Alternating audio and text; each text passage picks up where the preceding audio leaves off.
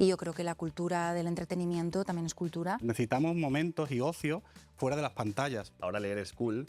Yo me acuerdo cuando estaba yo por lo menos en el instituto, si tú estabas leyendo porque te apetecía en el recreo y tal, eras un poco la cosa rara, ¿no? El friki. Aparecen eso, influencers, gente como Rosalía recomendándote Dua libros. Lipa, Dua Lipa y tal. Para mí el diálogo es un arma muy potente y el humor es otra. Lo que estamos haciendo es transformar vidas a través de la lectura.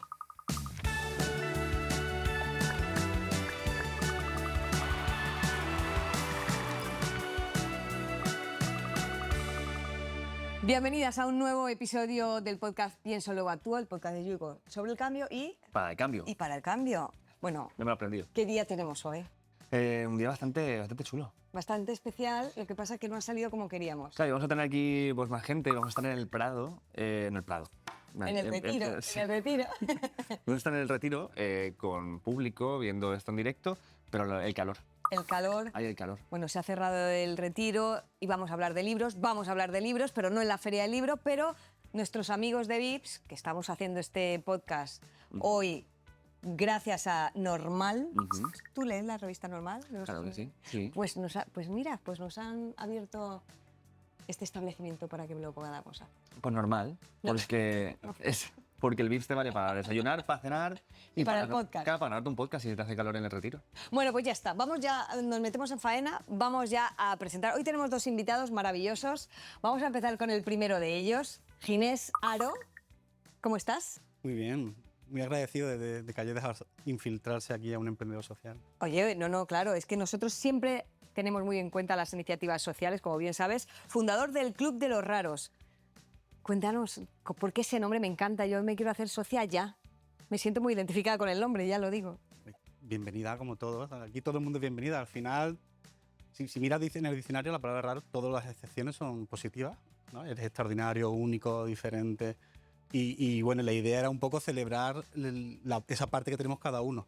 Y nosotros lo que estamos haciendo es transformar vidas a través de la lectura y promovemos los beneficios sociales, emocionales y cognitivos que tiene la lectura y para crear un mundo mejor y sobre todo para transformar esas vidas de los que más lo necesitan.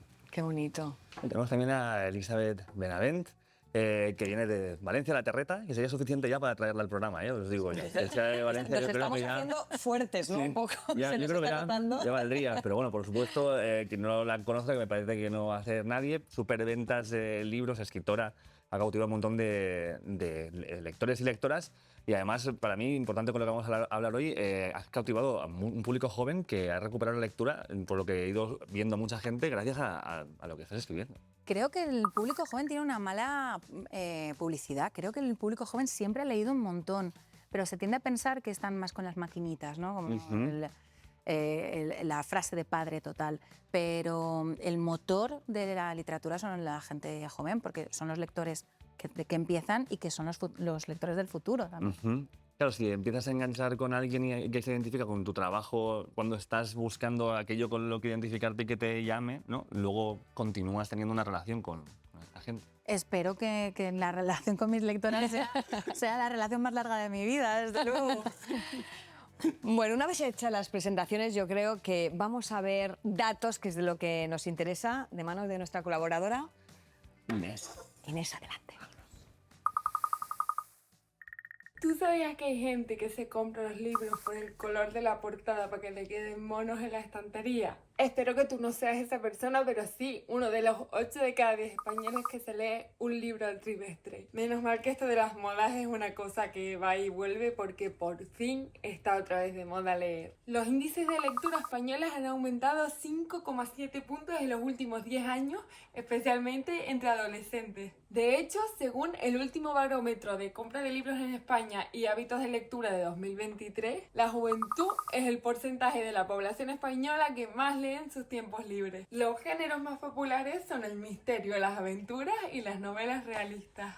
El papel sigue dominando, siendo la opción preferida del 90,7% de las personas que leen, especialmente en mayores. Sin embargo, las nuevas generaciones prefieren formatos digitales, como libros electrónicos o audiolibros. Ante este nuevo resurgir de las letras, los frikis de la lectura se han puesto las pilas y se han reunido en este caso en un club que se llama el Club de los Raros. Se basa en 3 pilares fundamentales: el fomento de la lectura, ofreciendo una cuidada selección de libros de segunda mano; la lectura en voz alta, porque organiza eventos que la fomentan creando espacios de interacción social y aprendizaje colectivo; y la protección del medio ambiente. Total, que el Club de los Raros no solo soluciona el problema del acceso a los libros, sino que promueve la creación de comunidades culturales amantes de la lectura y el cuidado del medio ambiente. ¡Larga vida a los clubes de lectura! Larga vida a los clubes de lectura, larga vida a Inés, que la amamos, y ahora ya creo que toca entrar en la sección. Vamos al pienso. Vamos allá. Vale, pues viendo esto, viendo lo que está comentando Inés, ¿no? Estos 5.7 puntos que hemos subido en los últimos 10 años, ¿a qué creéis que se debe? ¿Por qué hemos subido en estos últimos 10 años tanto a nivel de lectura? ¿Inés? Yo creo que hay que diferenciar entre leer más y leer mejor, ¿no? Entonces yo creo que se está leyendo más, hay campañas para eso, ahora es obligatorio leer en los colegios. Afortunadamente la industria también ha remontado, y el reto a lo mejor ahora está en leer mejor, ¿no? Y que esa lectura sirva para no solo para entender lo que se dice o lo que escriben los autores, sino para transformarse uno, ¿no? Y como un medio y un ascensor social, ¿no? No sé si, Elizabeth, estamos buscando escapar de lo digital o esto, como decías tú, siempre ha existido. ¿A qué se debe, tú crees, este aumento? Pues la verdad es que no estoy muy segura, porque sí que es verdad que ahora la lectura tiene más cosas contra las que competir, porque hay muchos inputs y hay cosas además mucho más inmediatas, que claro, la lectura implica un tiempo, implica un esfuerzo, y muchas del resto de cosas que tenemos más a mano es mucho más inmediato, no implica ese esfuerzo, que a lo mejor llegas cansado de estudiar o de trabajar y no te apetece. Pero vamos, francamente me alegra muchísimo, porque, vamos, ¿cómo no voy a ser yo una defensora de la lectura? Y además, también para contestar un poco a todo este diálogo pesimista que dice que la IA no se lee, que el libro va a morir, que ya empezó con el libro digital, ¿no? Que decían que el papel iba a morir. Y mira, ahí están los libros resistiendo. ¿Por qué? ¿Por qué esa resistencia del papel, ¿no? Cuando pensábamos que todo iba a ser esto, ya ha llegado el libro digital. Porque estamos hartos de las pantallas. Precisamente por eso. Claro. Y es que ser rebelde hoy en día es leer en papel, ¿no? Y una oportunidad para los chavales que a lo mejor están 24 horas incluso en el colegio con las pantallas, para salirse de ahí y reencontrarse es la lectura, ¿no? Y yo creo que ese es uno de los medios, la desconexión digital y un poco todos estos problemas que nos estamos encontrando con las pantallas. Lo que se está encontrando mejor ahora es la lectura y el papel. Me gusta mucho lo que dices, como un acto de rebeldía, y eso va mucho con los jóvenes, y también explicaría por qué ese aumento de los lectores más jóvenes. No sé si creéis que es una moda o ya ha venido para quedarse. Yo espero que haya venido para quedarse, y no sé si encaja en lo de moda. No sé si es... Bueno, también puede ser que de repente sea cool leer, pero a mí es que me parece que los libros dan mucho más que algo que se pueda llevar como una tote bag, ¿no? Que te va a parecer muy guay. Yo creo que los libros te dan algo que te va a servir de por vida, y no sé si entraría dentro de la moda. Si es una moda, bienvenida sea. Bueno, una tendencia, no sé, pero por ejemplo, sí que ha habido momentos en los que si no estabas viendo la serie del momento, estabas fuera. No sé si creéis que lo podríamos conseguir también esto con algún libro, con la literatura, que también ha pasado con algunos bestsellers. Bueno, a ver, aquí tenemos un ejemplo de alguien que le ha pasado. Que a mí me preguntan mucho en nuestra librería, ¿no? Que nos ha presentado, nos preguntan por sus libros. No hay ninguno, no nos donan sus libros. Pero significa que tiene lectoras que se aferran. Nunca se fue, creo. Y lo que pasa es que la realidad del nuevo mundo lo está afianzando. O sea, necesitamos momentos y ocio fuera de las pantallas, porque casi toda nuestra vida gira en la pantalla. Y el libro es esa oportunidad que te abre un mundo, que te permite viajar, te permite muchas cosas y te permite desconectar mentalmente de las pantallas, que nos cansan mucho. Y yo creo que nunca se fue, pero que se va a quedar. Y nuestro trabajo, de hecho, como entidad de emprendimiento social, es que se refuerce mucho más, ¿no? Claro, yo más, aparte, lo que estás hablando, ¿no? Que a lo mejor ahora leer es cool. Yo me acuerdo cuando estaba yo por lo menos en el instituto, si tú estabas leyendo porque te apetecía en el recreo y tal, eras un poco la cosa rara, ¿no? Sí, el friki y tal, ¿no? Sí. Y ahora parece ser que, ¿no? Que está ganando como terreno eso, que de hecho aparecen eso, influencers, gente como Rosalía recomendándote libros, Dua Lipa y tal, y está empezando a ser algo como bueno, no como cuando yo era adolescente, por lo menos. desde luego los adolescentes que estén cogiendo esta moda y no otras, pues eso se van a encontrar cuando tengan mi edad. Yo desde luego, si miro para atrás con las modas de la adolescencia, puedo decir que mis cejas son una consecuencia directa de ello, ¿no? Que en mi época era depilarse muchísimo las cejas, pues menos, prefiero que lean, desde luego. No tendrán que pintárselas luego. Y no sé, también en esta nueva tendencia que toda nuestra vida gira en torno a las pantallas, nuestra capacidad de concentración ha disminuido. Tenemos muchos inputs. No sé si nos pasa también con los libros, que ya nos fijamos en otro tipo de libros más cortos, con otras temáticas. ¿Creéis que está influenciando también la manera en la que nos acercamos a la literatura? A ver, yo creo que es verdad que buscamos lo rápido, buscamos algo que nos implique poco esfuerzo, pero creo que cuando uno se entrega a la lectura, y sobre todo cuando algo te gusta mucho, tipo pues un género o un autor, buscas todo lo contrario, buscas que el libro te dure un montón porque piensas, cuando me lo termine no voy a poder hacerme una lobotomía y volver a leerlo. Claro, como no si quiero lo que hubiera se leído. acabe, claro. Entonces, supongo que la diferencia es si uno tiene el hábito de lectura muy instaurado en su vida o no. El que no sea un lector frecuente quizá busque historias un poco más breves, pero el que es lector le da exactamente igual, no mide, como decían los profesores en el instituto, no me entregues un examen a peso, ¿no? O sea, el lector frecuente le da igual el peso. Además, Bueno, decía un titular el otro día, no puedo hacer nada durante más de 15 minutos sin mirar el móvil. Claro, es que esto está condicionando nuestra manera de desarrollarnos con todo y también con los libros, claro. Claro, pero lo estaréis viendo vosotros también. Sí, pero precisamente lo que se está recomendando es leer para luchar contra eso. De hecho, eso ya ha empezado en los países anglosajones. Nosotros hemos empezado actividades de lectura en voz alta, como ha dicho Inés, precisamente porque la terapia contra todo eso que estamos hablando es leer en voz alta. Porque es como un entrenamiento para mejorar el foco, la atención, todo ese tipo de cosas. Entonces, viene a quedarse, no solo por el beneficio cognitivo o por el beneficio de volar con una historia o disfrutar de ocio, sino como un tema emocional, de bienestar emocional, de bienestar social. La lectura va a ir ganando ese lugar y cada vez más. Aquí hay una cosa de lo que estáis diciendo que me llama la atención por lo que oigo decir a gente con hijos pues preadolescentes o que ya están en momento de lo que ellos consideran que es ponerse a leer, que es ¿cómo hago para que mi hijo se enganche a la lectura? Pero la pregunta es, ¿hay que hacer algo? ¿O es algo Sí. innato que te apetece Es hacer? un poco que fue antes el huevo o la gallina. Para mí, que alguien crezca en un entorno lleno de libros le va a hacer ver el objeto cultural como algo mucho más cercano. Pero ver a sus padres o a su entorno leer Por también, imitación, ¿no? por imitación. Habrá un momento en el que lo rechaces por el tema de la rebeldía. O que leas y otro demás. tipo de género, claro. Exactamente, pero creo que es un hábito que se puede educar. No, esto me viene a la cabeza una viñeta de Flavita Banana, ¿la conocéis? Sí. Maravillosa, es la persona a la que amo personalmente, ha sido mi vecina y compañera del podcast. Y ella tiene una viñeta que aparece una madre y su hijo en un banco del parque, cada uno con el móvil, ¿no? Y luego al lado la madre con el libro y el niño con el libro. Y la que está con el móvil le dice a la otra, oye, ¿y usted cómo hace para que el suyo lea? ¿no? Sí, me acuerdo, Sí. es verdad. Me viene un poco a la cabeza, Creo que bueno. también hay otra cosa, y es que creo que hay que dejar que los jóvenes escojan sus propias lecturas.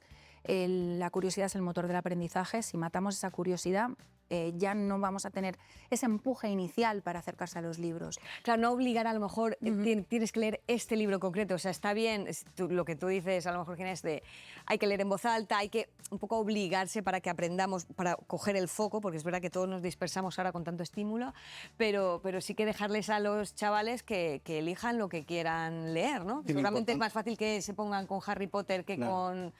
con no lo sé, qué Como decir. Proust. Sí. Lo importante O con para mí- Proust, sí. Claro, sí. Era un niño sombrío. O sea, yo puedo hablar de mi caso, ¿no? Que viví muy lejos de la lectura. Lo importante es leer. Y tú empiezas por donde te guste, aunque sea el manual de un videojuego, y de ahí irás transicionando. Claro. Hay que leer lo que te guste. Y lo importante es leer por placer, por diversión. Esa parte la tenemos muy olvidada en España, creo, y lo que tenemos que inculcar, ¿no? Los escritores, la industria. Esa parte de diversión y lee lo que tú quieras, pero lee, ¿no? Y ya irás transicionando. Es difícil también ahora en este mundo tan utilitarista, que parece que todo lo tenemos que hacer y tener un rendimiento, y parece que ese como no se ve porque culturizarte, pero la pura diversión es lo que te está aportando la lectura. No sé, Elizabeth, ¿cómo ¿cómo haces tú para atraer y de qué manera a tantos lectores esa fidelidad y mantenerles ahí pegados? Soy la primera sorprendida, no tengo ni idea. A ver, yo sí que es verdad que me planteé escribir historias, nunca me planteé escribir para los demás, yo escribía igual un poco como leía, buscándome a mí, nos autorreferenciamos de alguna manera a todo el mundo, entonces escribiendo masticamos la realidad, entendemos nuestras propias emociones y nos divertimos también, yo me divierto mucho. Entonces yo busco divertirme y busco que la gente cuando me lea se divierta. Creo que está muy denostada la lectura por diversión. Creo que hay algo ahí como adherido a la lectura, que es que si no es súper sesuda, si no es súper esdrújula, es como que no vale la pena, no es cultura. Y yo creo que la cultura del entretenimiento también es cultura.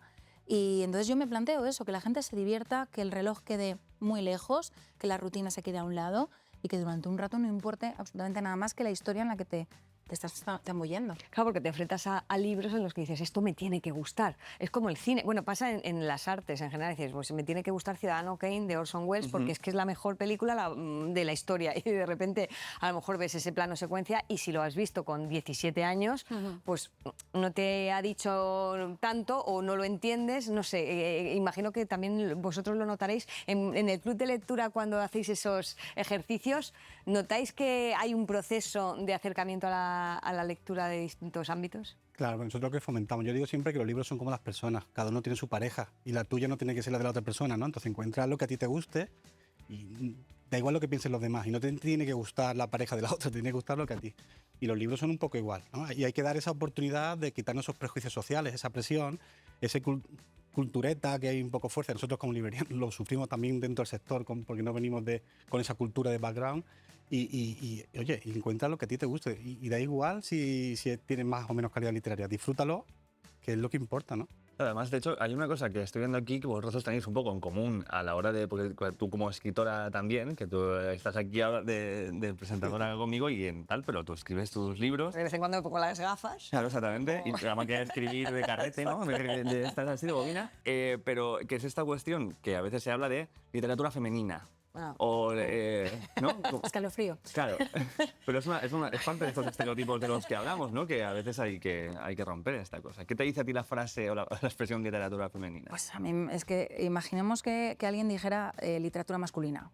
Nos parecería muy raro, ¿no? Pues hay que empezar a pensar que esto no son más que etiquetas que alejan, no ayudan. Que me diga, ayudan a ordenar, bueno, ayudan a ordenar. Pues pon una etiqueta en la librería, pero ya está. Esto de libros escritos por y para mujeres me espeluzna. Porque un escritor no escribe para nadie, escribe para un lector que dé la vuelta al libro, lea la sinopsis y le entre curiosidad y se acerque. Y ya está. Entonces, es una manera de menospreciar un poco todo lo que se ha hecho por manos de mujeres. Sí. Y es que me llama muchísimo la atención cuando la mayoría del público es femenino. Es decir, en todo caso, la literatura sería femenina, porque las lectoras son mayoritariamente femeninas. Bueno, hay muchas más mujeres que hombres. Claro, las cifras así lo dicen, pero es una manera de, cuando nos hemos introducido en el mundo de las artes, pues siempre hay que ponerle la etiqueta, pero un poco para minusvalorar. Sí, es como tacharnos de frívolas siempre. O sea, si tú quieres hacer reír, eres frívola. Si tú quieres contar una historia de amor, eres frívola. Y yo muchas veces me pregunto, ¿por qué los hombres se supone que cuentan una historia de amor de lo universal a lo concreto y nosotras de lo concreto a lo universal? ¿Es porque no nos llega para más? No sé, cuando en las entrevistas te preguntan tantísimas veces, ¿cuánto de ti hay en esta historia? Señor, yo también sé imaginar. Entonces, yo creo que debemos empezar a desligar todos estos prejuicios adheridos a el sexo de la persona que escribe. Vamos a acercarnos al libro mucho más libres, todo. ¿Enfrentáis esto, Ginés, dentro del Club Ross también, este tipo de ampliar el público? Claro, nosotros 100%. Lo que pasa es que nosotros estamos para romper eso, entonces intentamos justo que quien viene con ese prejuicio hacer actividades que no permitan que se entre ahí. Y las discusiones no permitir ir ahí, sino ir a ti qué te gusta, qué no te gusta, qué te interesa. Me imagino que también pasa con los bestsellers. Es decir, la etiqueta de si es bestseller de dudosa calidad, que me parece que es insultar a los espectadores, a los lectores, a los oyentes. Cuando dices, cuando algo se convierte en mainstream, ya tiene que ser malo. ¿Esto qué pensáis? En tu caso ya me lo puedo imaginar. Yo pienso que el público es soberano, Claro. que decide lo que lee y que nadie es quien para señalar y decir que lo que ha escogido está mal. Yo creo que algo como la lectura tiene que ser una experiencia tan subjetiva que nadie debería poder entrar a teorizar sobre si es bueno o malo lo que está haciendo alguien con su tiempo libre. ¿Es bueno un perfume? ¿Es bueno? ¿Es buena? ¿Tiene calidad una disciplina deportiva que alguien está haciendo? No sé, nos metemos en estas cosas que escoge la gente. Entonces, ¿por qué nos metemos en qué tipo de cultura consume? Entonces, no Yo creo que hay que termino de entender entenderlo. que hay dos niveles, ¿no? Hay un nivel, hablando de la metáfora del deporte, que es más cercana a mí, un nivel de competición, quieres nadar o no, entonces ahí entras en más calidad, menos calidad, unos criterios, y hay un nivel de ocio, el deporte por ocio, por pasarlo bien, y tú no tienes que ser campeón de Roland Garros, que vas ahí, juegas un partidito, te lo pasas bien, y yo creo que eso falta en la literatura en España, entender que hay gente que lea ese nivel de ocio, de pasarlo bien, de salud, y luego hay gente que a lo mejor sí va ya a unos criterios literarios más técnicos, más tal, que sí es importante ciertas características, pero que uno no se puede sentir mal, porque nosotros lo que nos encontramos es que hay mucha gente que lee y se siente mal porque no le gusta cosas que deberían gustarle. Y eso es lo que le aleja más de leer que unirle. Y dice, oye, pues si no te gusta, no te gusta, o si no lo entiendes, no lo entiendes, busca otra cosa. Y desde donde hay una cosa que también me viene a la cabeza, que es desde donde estamos ahora y desde donde se escriben las novelas y los libros actuales, están dentro del contexto social en el que vivimos ahora, que es un contexto en el que se han abierto muchas cosas a nivel social, a nivel de aceptación de diferentes formas de ver el mundo, de relacionarse. ¿Creéis que hay libros que envejecen de una manera que no encajan con nuestra sociedad y que por ello no deberían de leerse o recomendarse, o volver atrás y mirar las formas en que se veía el mundo de antes tiene una parte constructiva? Yo creo que cada obra está impregnada y adherida a su contexto sociocultural, sociohistórico. O sea, tú no puedes desprender una obra del momento en el que fue escrita. Entonces, evidentemente, si es una obra que defiende cuestiones que van en contra de los derechos humanos, no hay que recomendarla. Sí, pero por ejemplo, Lolita tendría... Pero es una crítica, por ejemplo. Claro, ya, pero es una novela que seguramente a día de hoy habría que... lo de separar la obra del autor, en ese momento diríamos, es lícito, y claro, en ficción, que no es lícito. Promulgar ideas que puedan ir en contra de los derechos humanos, pero todo lo demás... Supongo que esto es como todo, y las ideas que están dentro de la ficción, según cómo las use la persona a la que le llegan, no lo sé. Para mí el límite está ahí. Pero, por ejemplo, en obras como Lolita, en realidad es una crítica social, pero es muy políticamente incorrecto ahora mismo. ¿Deberíamos dejar de leer a Nabokov? Yo creo que no. Es que, claro, es muy complejo el debate, muy profundo, porque hasta qué punto puedes condicionar a un autor de ficción. De ficción hablamos, otra cosa es que tú hagas apología me da igual de violencia, de ideologías extremas, ahí ya, claro, eso entras en otros jardines. Pero cuando estás hablando de ficción, ¿cuál es el límite? No sé si tú te autoimpones algún límite y tienes unas cuestiones morales. Sí, algunos. Yo soy muy consciente de que algunos de mis libros van a caer en manos de personas muy jóvenes que van a enfrentarse a la idea del amor por primera vez, a lo mejor, a través de esa ficción. Entonces quiero que si algo queda, si hay un pozo, que sea un pozo de un amor sano, que no perpetúe estereotipos de género, que no perpetúe la idea de las relaciones tóxicas. Entonces, para mí, sí es verdad que es ficción, pero algo queda.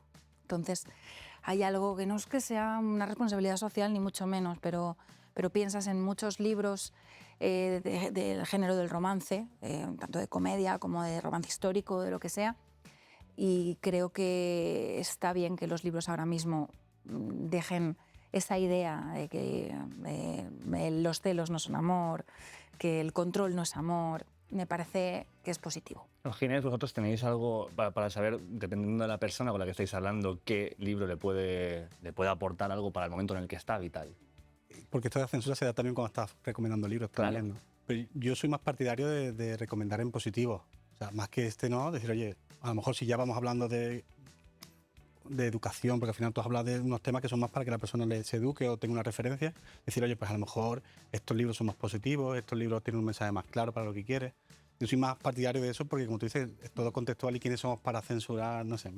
Creo que a mí se me queda muy grande, pero sí se puede recomendar en positivo obras que dice, oye, pues para vivir un primer amor de forma positiva, para no permitir que te pasen ciertas cosas, este tipo de obra Sí, exacto. es buena. Sí, pero también los contenidos, aunque no sean... Es que pueden ser un terreno inhóspito y ese es precisamente el recorrido que debemos hacer. A lo mejor no a todas las edades, y eso sí que hay que advertirlo, pero, por ejemplo, si hubiésemos ido recortando o juzgando ciertos contenidos, pues no sé si tendríamos, no sé, de Salinger el guardián entre el centeno. O sea, que al final esa parte oscura que también va impregnando de su propia biografía y que traslada a la obra, o escribir sobre, claro, es que sobre asesinos en serie. Claro, si no somos capaces de guardar la distancia y entender que eso es ficción y que puedes adentrarte en eso, y no hablo del true crime, que también está ahora tan de moda, sino hablo de la ficción, entenderla como lo que es. No sé si estamos pasándonos de proteccionismo. Yo soy muy defensora de que hay ciertos géneros, por ejemplo, el dark romance, que ahora mismo se ha puesto como muy de moda. O sea, que yo aún no me he acercado. A lo mejor lo leo y me encanta. Aún no me he acercado, pero yo jamás voy a decirle a alguien que está mal lo que está leyendo. Sí que tendré en cuenta la edad del lector, porque creo que acercarse a contenidos un poco más extremos exige que el lector tenga quizá más experiencia. Que tenga con lo que poder contrastar. Exactamente. Claro, a mí me parece que esto es una cosa clave, ¿no? Que es con qué libro, ahora porque estamos hablando de libros, pero con qué película, con qué serie entras por primera vez o una de las primeras veces en tu desarrollo como persona a abordar este tema complejo, el amor, la violencia, tal, ¿no? Entonces, a lo mejor, claro, no sé si es lo mismo ver Dexter con 12 años, que sabes que, bueno, porque sí, que él es este claro oscuro de que vale, pero no está bien del todo lo que está haciendo, que decir, claro, tío, hay que matar a la gente, ¿no? Que hay que verlo ya cuando ya has visto muchas y entiendes el código de los asesinatos y ves la parodia dentro de esto, ¿no? Me parece que con literatura es lo mismo, ¿no? No sé si tú... Sí, yo creo que echarle la responsabilidad al autor tampoco es justo, porque depende, como tú has dicho, el momento vital de la persona. El libro puede ser muy bueno para conocer ciertos mundos que hay que conocer, sean muy oscuros o no, y te pueden ayudar a crecer, a madurar, a que te ayude a entenderlo para evitarlo en tu entorno, o te puede transformar de una manera negativa, ¿no? Entonces, yo pienso que lo que tenemos que intentar es que las personas no se eduquen a través de los libros a lo loco, sino que ahí está la importancia de tener la referencia, los mentores, que tú sepas si tú no tienes un contexto adecuado para eso, que sepas qué libros te tienes que apoyar para inspirarte y para coger buenos valores y buenas cosas, ¿no? Bueno, hablando de libros, pues haced ahora de prescriptores. ¿Qué libros os han marcado a vosotros y cuáles diríais que son indispensables para leer, no sé, para iniciarte en la lectura? Que yo vengo de un mundo que a mí me hubiese gustado encontrarme eso. O sea, esto de lo que estamos hablando, nosotros nos hemos metido en este proyecto precisamente porque yo no tuve eso de pequeño. Yo me refugié en el deporte por suerte, pero bueno, mis amigos que no se refugiaron ahí están en otros sitios. Y a mí me hubiese gustado eso. Y el Club de los Raros sale con esa intención, de decir, oye, para las personas que no tengan suerte, que en su entorno, ¿no? Porque al final la lectura es un derecho, y no debe ser un privilegio o una casualidad, de que dependa si en tu entorno te encuentras con una estimulación no adecuada. Yo no tengo respuestas porque precisamente yo con el Club de los Raros estoy intentando encontrarla y que haya gente que no crezca sin eso. Y que le demos esas referencias y le demos esos valores para que sepa escoger luego con libertad, y que si necesita los libros para aplicarlos para su desarrollo vital, que sepa qué libros tiene que encontrar, y si quiere otro tipo de libros para otra cosa, genial. Entonces no te sabría decir ahora, precisamente porque yo estoy en esa búsqueda, ¿no? De qué libros son los que tengo que leer yo ahora para... Yo tuve la suerte de tener a mi hermana como prescriptora, y yo voy a decir los que me marcaron a mí como lectora. Fue La historia interminable, de Miquel Ende, El camino de Delibes y La casa de los espíritus de Isabel Allende. Yo creo que fueron los tres pilares de un abanico además amplio, sí. De mis inicios como lectora. Claro, hay una cosa además en la ficción, en la novela, que es que tú puedes leer ensayos para profundizar en un tema, para ver diferentes posturas sobre algo o para conocer técnicamente algo, pero que creo que la novela, a través de crearte esta sensación de empatía y de conexión con los personajes que están ahí, te hacen hacer tuyos ciertos sentimientos y ciertos temas, de tal manera que luego esa curiosidad ya puede expandirse a buscar más sobre el dato, ¿no? Pero si estás leyendo un libro sobre alguien que es un historiador, que está buscando no sé qué de cosas tal, de repente puedes decir, ostras, qué apasionante la historia, ¿no? Y puedo meterme por ahí. O sea, la novela es una, como decía un profesor mío en el cine, que hablaba eso de la comedia, que es como entrar por la puerta de atrás para ya llegar a tu cabeza y hacerte querer saber más sobre algo. Y vivir más vidas, ¿no? Que Totalmente. lo maravilloso de la novela es que puedes, no te conformas solo con tu vida y tus experiencias, sino que te estás poniendo bueno, en los pies de otros personajes y eso es lo maravilloso, ¿no? Fíjate, El volar. En la pandemia nos salvó la ficción. Todos esos libros que teníamos en casa y que no teníamos tiempo para leer, madre mía, yo me dediqué 100% a leer y a beber vino. Pero eso es políticamente incorrecto. Pues marida bien. A mí me marida muy bien. Sí. Nuestros palabreanos son noches de vino, relato y buena compañía. Pues me parece un planazo. Sí. Bueno, queríamos hablar también o enfocarnos en la parte cómo convive lo digital con el papel. No solamente esta parte de escapémonos de lo digital a través del papel, sino las redes sociales en la lectura. ¿Cuál es la parte positiva que veis que pueden estar teniendo? Yo le veo dos ramas muy positivas. Una desde el punto de vista de creadora, y es que tú como creadora con una red social le puedes acercar el proceso de escritura y todo el mundo que rodea un libro, pues hacer una experiencia 360 al lector. Y luego, por otra parte, se está generando mucho contenido sobre libros dentro de las redes sociales, está todo el fenómeno Bookstagram y demás, y BookTok, y creo que esto es súper positivo. Sí, porque además ya prescribir lectura está muy bien, o sea, ser influencer de la literatura está muy bien porque cuanto más se arrastre, pues mejor será. 100%. O sea, yo creo que todo es positivo en ese aspecto, ¿no? Porque permite acercar a autor con el lector, a las personas que quieren explorar, que no tienen referencias cerca, les permite también encontrar referencias y recomendadores, ¿no? Que de otra manera no podrían, ¿no? Estábamos viendo también de datos aquí para preparar el tema, que hablando con personas sobre lectura, decían que 8 de cada 10 personas tenían problemas para concentrarse, para poder mantener el foco en una cosa solo. Y esto se suma con que ya se ha dicho en muchos lugares que hay plataformas que, por ejemplo, a la hora de hacer las series, ya están pensando en que esto se entienda sin que la gente esté mirando a la pantalla, que esto se entienda sin que estén prestando atención del todo. No sé si a la hora de escribir, sabiendo que el mundo en el que vivimos y el tipo de público al que más te lees, si es gente joven, si hay formas de hacer que esa atención siga en el libro, más allá de simplemente que sea una historia interesante, etc. Para mí el diálogo es un arma muy potente y el humor es otra. Entonces, tanto que un libro te arranque una carcajada cuando no te lo esperabas, o el diálogo que hace que la narración avance de una manera muchísimo más rápida, que no pues un monólogo... Descripciones muy largas. Exactamente, o pues esos sentimientos que se comparten en un monólogo interno del protagonista, si los comenta con una segunda persona, pues el lector se va a zambullir de una manera mucho más natural. Pero más allá de eso, a mí me lleva la esperanza, de que sea la lectura la que arrastre a que uno olvide un poco el móvil. Y creo que hay que empezar también a ponerse en duda cuántas horas... El móvil te da un resumen semanal de cuántas horas. Entonces creo que ha llegado el momento de ponerse como reto, bajar un poquito todas las Bueno, yo lo he semanas. sacado de la habitación. ¿Ah, sí? Y ha sido muy interesante ver la experiencia, primero porque no es lo último que miras ni lo primero que miras al despertar, aunque sea la hora, pero quiero decir, no. Y me he comprado un despertador analógico. Bueno, es digital, pero vamos, que te da la hora. y el móvil lo dejo cargando fuera de la habitación. Y me está funcionando bien porque estoy leyendo más en papel. Entonces, no sé si sirve, pero desde luego a mí me está compensando. Claro, ¿cómo veis lo de leer en la cama? Porque yo creo que tiene una parte buena y otra parte que puede no ser tan buena.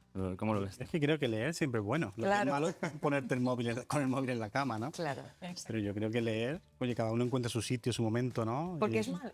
Porque A mí hay sí, una cosita que me exacto. parece mal de leer Ah, en la a cama ver. y es que muchas veces coges el libro pensando, me va a acompañar a buscar el sueño y te dan las 4 de la mañana, sigues leyendo. Ah, bueno, y pero dices, eso es yo muy- mañana pero trabajo. eso es bueno, eso es Es bueno, pues sí, controlas el tiempo que le dedicas porque hay que dormir. Claro, no, pero sí que creo que si es tan buena noticia que te pase eso, que te hayas alargado tantísimo, porque realmente es porque la historia te ha atrapado, pero leer en papel sí que te incita a relajarte un poco. Lo que está claro es que la pantalla lo que te está haciendo es estimularte y despertarte. Entonces pensaba que era por algo. Vale, es porque te enganchas. Pero claro, y te dan las tantas. Yo había visto otra lectura de esto que es que si te pones a leer para irte a dormir y entonces lees un rato y entonces te entras sueño y te duermes, te puedes estar haciendo como un auto Pavlov de que luego ya cuando estés en otro sitio pillas el libro, te pones a leer y leer te empieza a dar sueño porque has creado como Como los que se esa... ponen la radio para dormir, ¿no? Claro, que has creado como esa conexión. A mí ya que me lo dicen, en plan, de, me pongo tu podcast para dormir. Digo, pues no te hablo mucho porque igual Caes te aquí. quedas clapado ahora, ¿no? No, pero eso va también por los momentos. Yo soy consumidora de podcast y el otro día que tenía un viaje muy largo iba conduciendo y lo puse y hubo un momento en el que dije, voy a Voy a leer un libro. Voy a rebobinar. Voy a rebobinar, que es muy moderno esto también. Digo, porque esta última parte no era un poquito más denso, que no era de entrevistas así más ligero. O sea, que también te evades y estás despierto y estás conduciendo pero hay veces que realmente te vas, entonces no le veo yo. Yo creo que al final es No le veo tener el claro problema cuál es en la la cama. intención por la que uno está leyendo, ¿no? Y cada momento a lo mejor puede tener una intención distinta. Hay una que quieres entrar más en el libro, otra que quieres que te ayude a evadirte de la realidad, para relajarte, no sé. Yo creo que lo importante es conocerse y elegir el mejor momento. Quiero dejar claro que el podcast no era el nuestro y que no eran tus trozos los que me Ah, apoyan. vale. Gracias. Te lo agradezco mucho. Te lo agradezco mucho. Vale, una cosa que quería hablar al respecto de esto que es la educación y la lectura, ¿vale? Porque a veces son cosas que hemos puesto juntas y en el colegio siempre está el libro todo el mundo a leerse esto, ¿no? Hay veces que ese libro te toca, y hay veces que no. A mí me pasó con El bosque animado, que me pareció un libro maravilloso, pero luego no sé cuál otro me pusieron que era en plan de, chicos, que no puedo, no hay manera, me lo tengo que leer. Entonces, ¿cuánto creéis que a día de hoy la educación fomenta la lectura y cuánto puede estar convirtiéndose en una traba por presentar la lectura como una imposición de lo que tienes que hacer? Nosotros lo que nos estamos encontrando en los colegios es que es una traba para mí, porque tú mandas el mismo libro a 30 personas, por decir un número, y a 30 no les va a gustar el mismo libro en ese momento vital de la vida, porque al final hay libros que te entran en un momento y no en otro. Y se olvidan la parte del placer. Entonces, claro, para la parte educativa o instruccional es importante hacer un recorrido pedagógico, y eso es cierto, y eso hay que pasar por cosas que no te gusten. Pero para crear el hábito hace falta otro tipo de actividades, y eso es lo que tienen olvidadas las escuelas. Hay una parte que hay que pasar, instruccional, pero la parte del hábito y del placer la mezclan con lo instruccional y está perdida, ¿no? Entonces yo creo que ahora mismo lo que nosotros estamos encontrando en los colegios es que se están creando menos lectores de los que se debería. Pero la solución sería que lean, pero libre, quiero decir, porque yo me acuerdo que en el instituto a mí me pusieron una lista y a ti te toca tal. A mí me tocó Papel mojado de Millás. Que lean libre. Y al de al lado a lo mejor le tocaba otro, quiero decir, además de los clásicos que te entraban o tal, pero quiero decir que me acuerdo perfectamente de, pues es aleatorio, que me ha tocado pero no he tenido que elegir. Oye, un saludo a Millás, que me gustó el libro, pero quiero decir que recuerdo aquello, recuerdo qué libro me tocó en aquel Yo momento. creo que tiene que ser libre y divertido. O sea, lee lo que tú quieras y hazlo de una manera divertida. Porque ahora, por ejemplo, es obligatorio leer y en muchos colegios se les obliga a los niños a X horas venga, ahora lee. Y en muchos casos hasta se le obliga el libro. Entonces, cuando te obligan a algo en un momento dado, que no es cuando te apetece y solo siéntate en tu mesa, no habléis con nadie, cada uno, y se nos olvida Es que como la un castigo. Exactamente, es que la lectura también puede ser algo colectivo, que es una parte que se nos ha olvidado, y puede ser grupal, no tiene que ser solo un acto independiente, ¿no? Aislado, sino que puedes también leer en comunidad y hacerlo divertido. Y hay muchas maneras de hacerlo divertido, ¿no? En ese momento de crear hábitos y gusto por la lectura, ¿no? Que es lo que en ciertas edades hay que crear y en ciertos entornos, ¿no? Que a lo mejor no han tenido ese hábito. Estamos hablando todo el rato desde el punto de vista del lector, pero bueno, aquí tenemos a una escritora de éxito. A dos. Vamos a dar algunos consejos para algunos de nuestros espectadores oyentes que quieran acercarse a la literatura y quieran escribir. ¿Tú qué les recomendarías? Además de leer, entiendo. Bueno, hay que leer, y hay que leer no solo el género que te gusta escribir. Eso es súper importante, porque en otros géneros casi vas a aprender más que de tu propio género, porque al final si solo lees tu género, hay como unas características que se repiten, o hay algunos topics, hay que salir de ahí. Hay que escribir mucho para romper mano, hay que formarse, hay cursos incluso gratuitos muy buenos, hay libros, hay una literatura para aprender a escribir buenísima. Yo siempre recomiendo Mientras escribo de Stephen King, es un libro que a mí me encantó, de metaliteratura 100%. Y está bien buscarse una persona de tu confianza que no te vaya a bailar el agua, en quien confíes en su criterio y que te sepa decir, bueno, pues aquí esto se me ha hecho largo, este personaje no conecta, y que a ti no tampoco, que te hagas sensible a las críticas, pero también callo, o sea, un equilibrio. Pero yo creo que son esas 4 ramas: leer mucho, escribir mucho, formarse y buscar una persona que te critique duro. Y por el otro lado, tips porque tú tendrías la experiencia de cómo fomentar que la gente tome eso como hábito, porque leer no solamente es pillar un libro, elegirlo y llevártelo a casa, es dedicar un tiempo todos los días, todas las semanas a ello para que sea un hábito que te lleve a algo. Y hay gente que le cuesta una barbaridad, aunque le encante el libro, aunque le encante el tema, pero me pongo a leer, me canso, me entra sueño, quiero ver el móvil. ¿Qué recomiendas a la gente? Bueno, antes hemos hablado del deporte, pues cómo ponerse en forma. Al principio no es fácil, pero tienes que saber que hay un periodo de adaptación. Entonces hay que coger esos pequeños hábitos, leer todos los días un poco.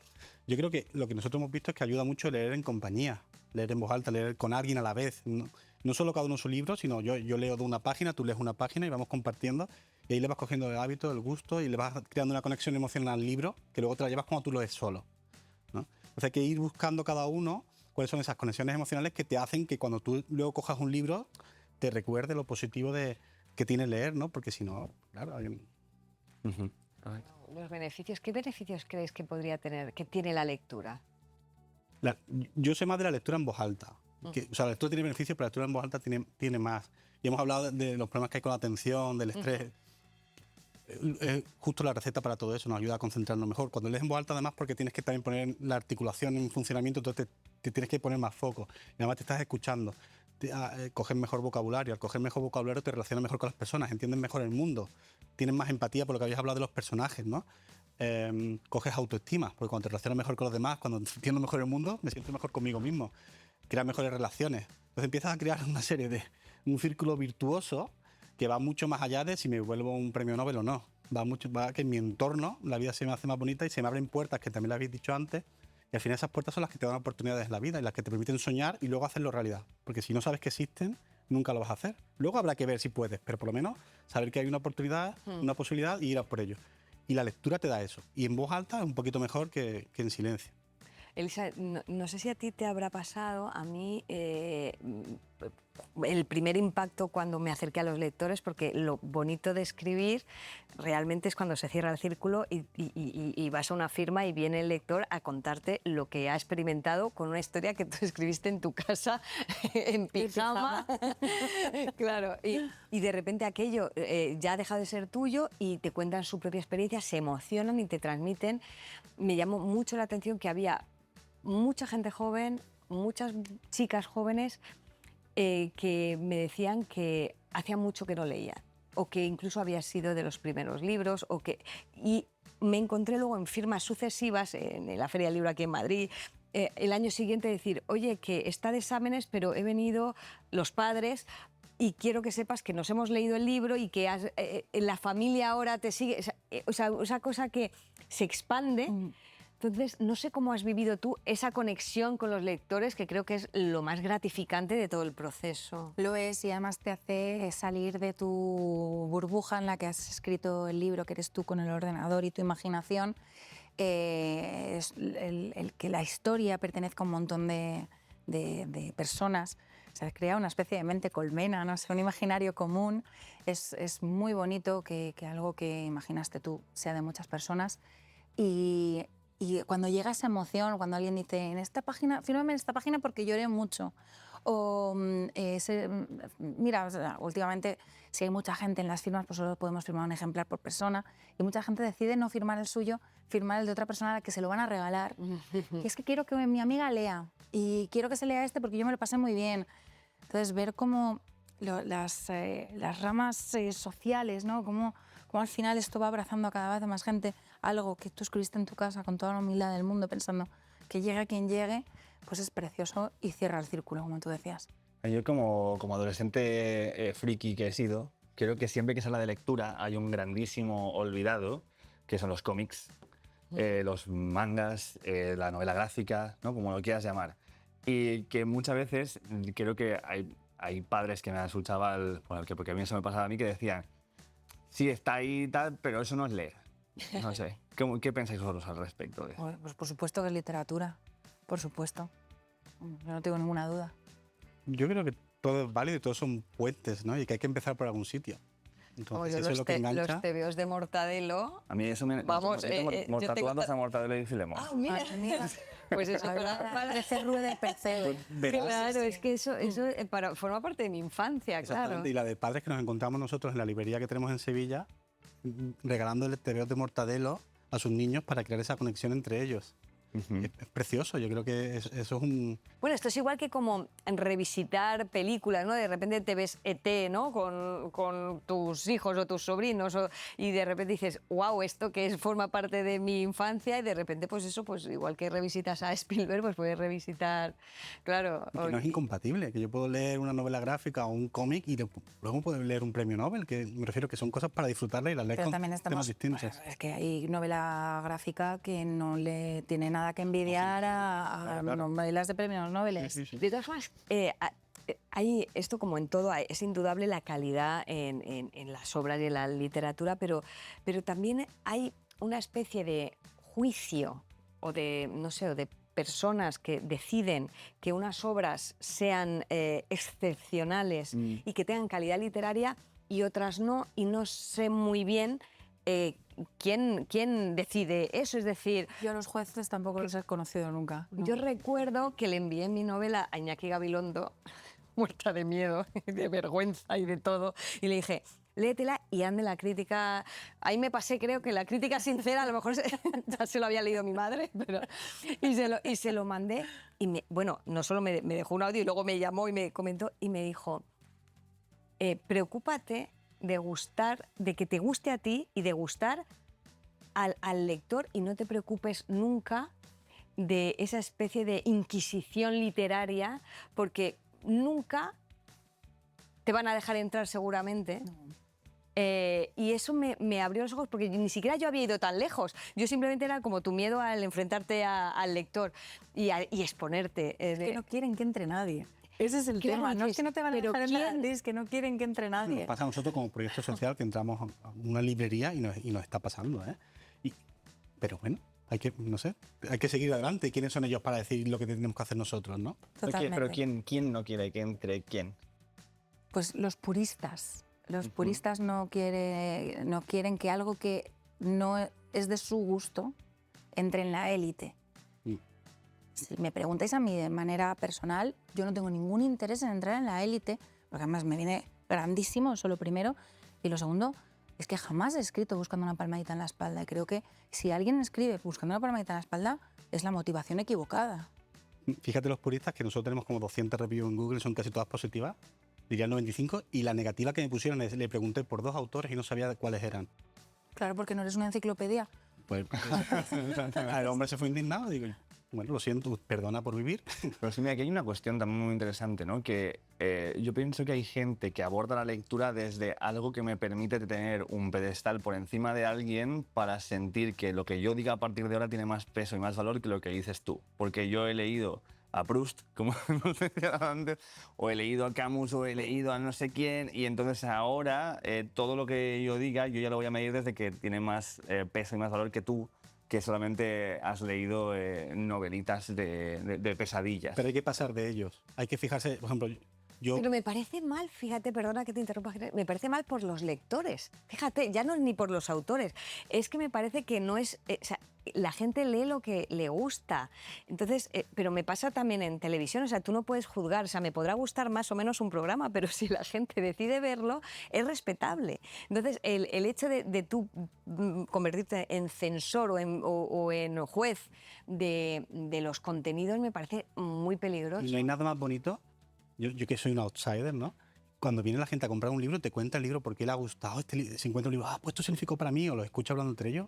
Yo flipo, ¿no? Ese mundo, esas emociones, ese compartir lo que tenéis, el talento y lo que sois capaces vosotras de hacer mover a la gente, ¿no? Y wow, y uno que lo ve ahí como testigo dice, qué bonito, ¿no? Es un público muy agradecido, es el 90%, el 95%, y muy bonito, ¿no? Como que yo que he hecho muchas cosas distintas, digo, qué alegría la librería porque estamos conectando con gente bonita que va a llevar una parte de sí bonita, ¿no? Y cada uno te muestra su mundo en el libro que escoge, ¿no? Pero es que si lo pensamos, existen todas las disciplinas. Por ejemplo, en el deporte, el que entrena 7 días a la semana siempre te va a mirar por encima del hombro porque tú entrenas 3.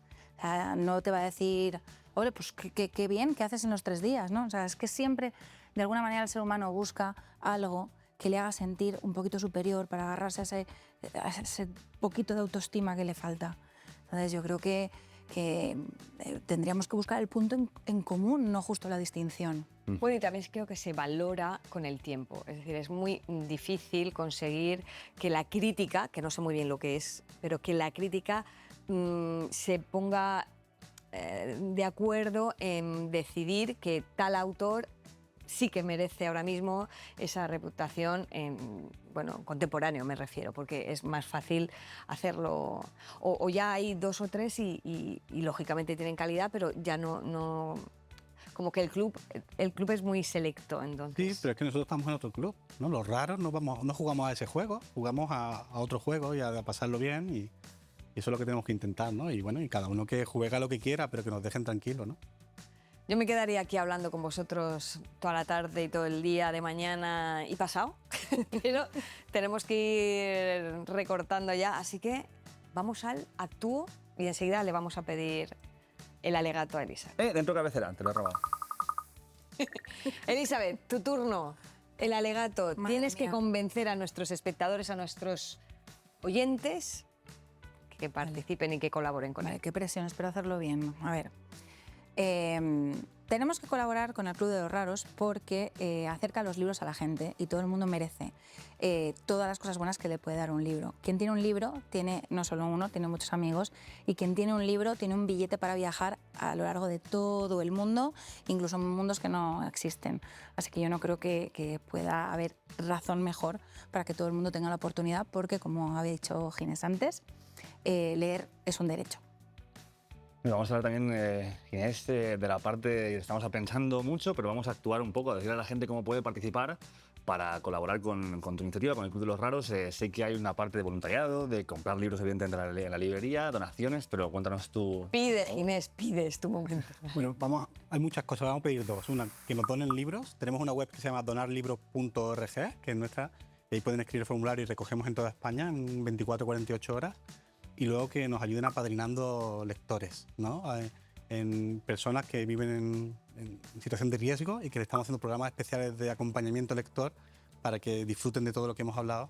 Entonces, si también nos pueden ayudar un poco en ese apadrinamiento, sería fantástico. Pues dicho queda, todos los detalles los tenemos en la web. Pienso, luego actúo. Pues ahí lo tenemos todo. Muchísimas gracias por habernos acompañado. Nos hubiese encantado, como hemos dicho al principio, pues que ahora hubiesen estallado los aplausos. Gracias a nuestros invitados. Bueno, y gracias a Vips que nos ha... Oye, pues al final hemos estado con el aire y fresquitos. Que... Un estado normal. ¿Y la revista? Normal. Era por si no lo habían pillado. Claro, vale. Ay, mi Matías.